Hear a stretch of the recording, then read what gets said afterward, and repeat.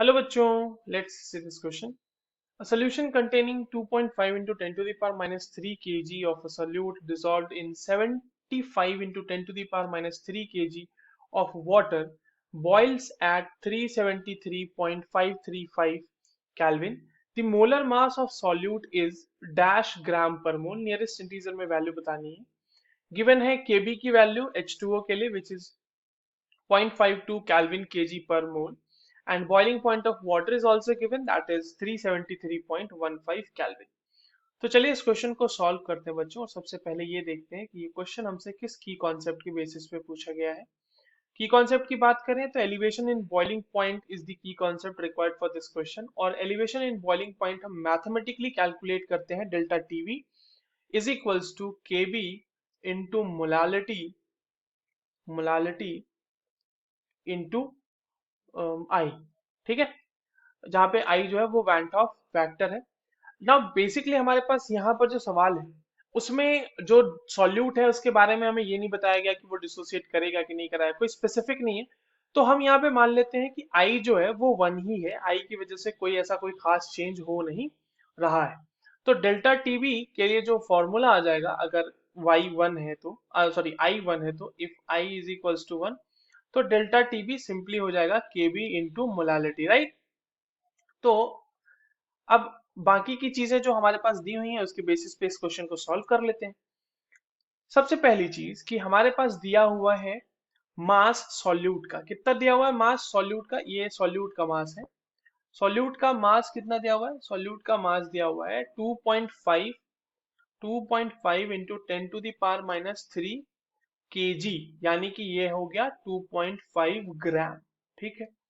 दूसरी चीज हमारे पास गिवन है mass of solvent which is water. तो 75 into 10 to the power minus 3 kg again. तो ये भी हो गया कितना? 75 ग्राम्स. ठीक है. अगली चीज हमारे पास क्या गिवन है? हमारे पास गिवन है डेल्टा टी बी नॉट, यानी कि boiling point of pure water. तो ये है 373.15 केल्विन. और डेल्टा टीबी मतलब सॉरी, ये डेल्टा टीबी नॉट नहीं होगा यहाँ पे, ये टीबी नॉट होगा. सॉरी, मैंने डेल्टा टीबी नॉट लिख दिया. Boiling point of pure water Tb naught, और Tb boiling point of solution वो दिया हुआ है अपने पास 373.535 केल्विन. ओके. नाउ जो डेल्टा टीबी है वो कितना हो जाएगा बच्चों? डेल्टा टीबी सिंपल सी बात है, टीबी माइनस टीबी नॉट कर देंगे. तो टीबी माइनस टीबी नॉट आप करोगे तो वो कितना आ जाएगा? 373.535 माइनस 373.15, और ये वैल्यू जो आएगी केल्विन में वो आएगी आपके पास 0.385. ठीक है. अब डेल्टा टीबी का जो फॉर्मूला है उसको यूज करते हैं.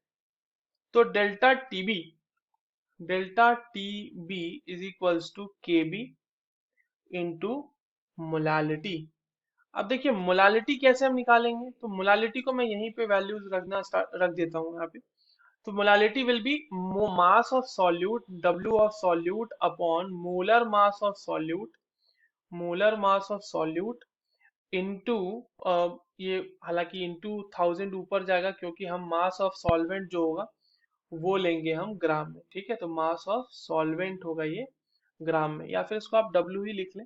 डब्ल्यू ऑफ सॉल्वेंट ज्यादा बेटर होगा क्योंकि हमने यही रखा था शुरू में भी.